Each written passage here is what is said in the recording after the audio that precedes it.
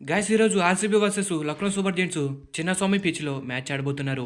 Guys ఈ match మాత్రం మంచి రసవత్తరంగా ఉండబోతుంది. లాస్ట్ టైం ఈ రెండు టీంల మధ్య మ్యాచ్ జరిగినప్పుడు ఆర్సీబీ కొట్టింది తక్కువ స్కోర్ అయినప్పటికీ మ్యాచ్ లో చాలా అద్భుతాలు జరిగాయి. అలాగే 120+ స్కోర్ ని డిఫెండ్ చేసుకోవడం జరిగింది. ఇంకంతేకాకుండా కొన్ని గొడవలు కూడా జరిగాయి.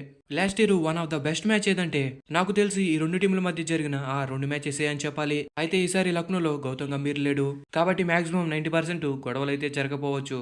ఇంక ఈ రెండు టీంలు ప్రజెంట్ ఒక్కొక్క మ్యాచ్ గెలిచి వస్తున్నారు. ఆర్సీబీ 3 మ్యాచెస్ ఆడితే ఒక మ్యాచ్ గెలిచారు. ఇంకా లక్నో 2 మ్యాచెస్ ఆడితే ఒక మ్యాచ్ గెలిచారు.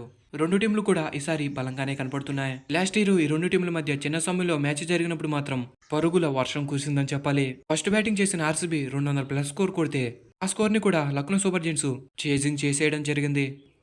అందుకే చిన్న సమయ పిచ్ లో మ్యాచ్ అంటే ప్రతి ఒక్కరు కూడా ఫుల్ గా ఎంటర్టైన్ అవ్వాల్సిందే. మరి మొదటిగా ఈ మ్యాచ్లో ఎవరు గెలుస్తారనుకుంటున్నారు అన్నది మీరు కామెంట్ సెక్షన్లో కామెంట్ చేసి తెలపండి. ఇంక ఈ వీడియోని స్కిప్ చేయకుండా చివరిదాకా చూస్తే ఈ మ్యాచ్లో ఏ టీం గెలుస్తారనేది మీకు ఒక క్లారిటీ వచ్చేస్తుంది. ఇంకా అలాగే ఐపీఎల్కి సంబంధించి అప్డేట్స్ మీరు మిస్ కాకుండా ఉండాలి అంటే మొదటిగా మన ఛానల్ని సబ్స్క్రైబ్ చేసుకుని బెల్ సింబల్ని ఆల్లో పెట్టుకుని ఉండండి. మొదటిగా ఈ రెండు టీంలు హెడ్ టు హెడ్ విన్స్ ఎలా ఉన్నాయి అనేది ఒకసారి మనం చూసుకుంటే ఈ రెండు టీంలు ఐపీఎల్ మొత్తంలో 4 మ్యాచెస్ ఆడితే ఒక మ్యాచ్ లక్నో గెలిస్తే 3 మ్యాచెస్ ఆర్సీబీ గెలవడం జరిగింది. మరి లక్నో ఆ ఒక మ్యాచ్ గెలిచింది చిన్న స్వామి పిచ్ లోనే. ఆర్సీబీకి ఇది లక్నో మీద రివెంజ్ తీసుకోవడానికి కరెక్ట్ టైం అని చెప్పాలి. Overall head to head wins లో లక్నో మీద ఆర్సీబీని పై చేయగా కనపడుతున్నారు. మరి చిన్న స్వామి పిచ్ లో అయితే ఈ రెండు టీంలు ఒక మ్యాచ్ ఆడితే ఆ ఒక మ్యాచ్ లో లక్నో గెలిచారు. ఇంకా నెక్స్ట్ పిచ్ రిపోర్ట్ విషయంకి వచ్చేస్తే చిన్నస్వామి పిచ్ అంటే మీకు కొత్తగా చెప్పక్కర్లేదు. బౌండరీస్ దగ్గరగా ఉంటాయి. 4ల కంటే 6లు ఎక్కువ ఉంటాయి. ఈ పిచ్ లో ఒక బ్యాట్స్మెన్ సెట్ అయ్యాడు అంటే స్కోర్ కొట్టడం చాలా ఈజీ అయిపోతుంది. ఇంకా అలాగే ఈ పిచ్ లో టాస్ గెలిచిన వాళ్ళు ఫస్ట్ బ్యాటింగ్ తీసుకోవడం కంటే సెకండ్ బ్యాటింగ్ తీసుకోవడం అనేది చాలా ఇంపార్టెంట్. ఎందుకంటే ఈ పిచ్ లో ఫస్ట్ బ్యాటింగ్ చేసిన వాళ్ళ కంటే సెకండ్ బ్యాటింగ్ చేసిన వాళ్ళు ఎక్కువ మ్యాచెస్ గెలిచారు. ఓవరాల్ గా ఈ పిచ్ చేజింగ్ పిచ్ అని చెప్పాలి. అలాగని ఫస్ట్ బ్యాటింగ్ చేసిన వాళ్ళు ఎక్కువ స్కోర్ కొడితే డిఫెండ్ చేసుకోవడానికి కూడా అవకాశం ఉంటుంది. అది కూడా 200+ స్కోర్ కొడితేనే. కాబట్టి మాక్సిమం 90% టాస్ గెలిచిన వాళ్ళు చేజింగే తీసుకుంటారు. ఇంక ఈ మ్యాచ్కి సంబంధించి రెండు టీంల పాసిబుల్ ప్లేయింగ్ లెవెన్ ఎలా ఉన్నాయి అనేది ఒకసారి మనం చూసుకుంటే మొదటిగా Lucknow super giants openers Rahul ఇంకా Quinton de Kock, 1 down Devdutt Padikkal, ఇంకా నెంబర్ 4లో నికోలస్ పూరన్, నెంబర్ 5లో మార్కో స్టైనిస్, నెంబర్ 6లో కృణాల్ పాండ్యా, నెంబర్ 7లో ఆయుష్ బదోని, నెంబర్ 8లో రవి బిష్నోయ్, నెంబర్ 9 మోసిన్ ఖాన్, నెంబర్ 10 మయాంక్ యాదవ్, ఇంకా నెంబర్ 11 సిద్ధార్థ్. ఇంపాక్ట్ ప్లేయర్ వచ్చేసరికి ఫస్ట్ బ్యాటింగ్ చేస్తే నవీన్ ఉల్లుక్, సెకండ్ బ్యాటింగ్ చేస్తే రాహుల్. లక్నో టీం అయితే లాస్ట్ మ్యాచ్ సూపర్గా పర్ఫార్మెన్స్ చేశారు. ఓడిపోతారన్న మ్యాచ్ కూడా గెలవడం జరిగింది.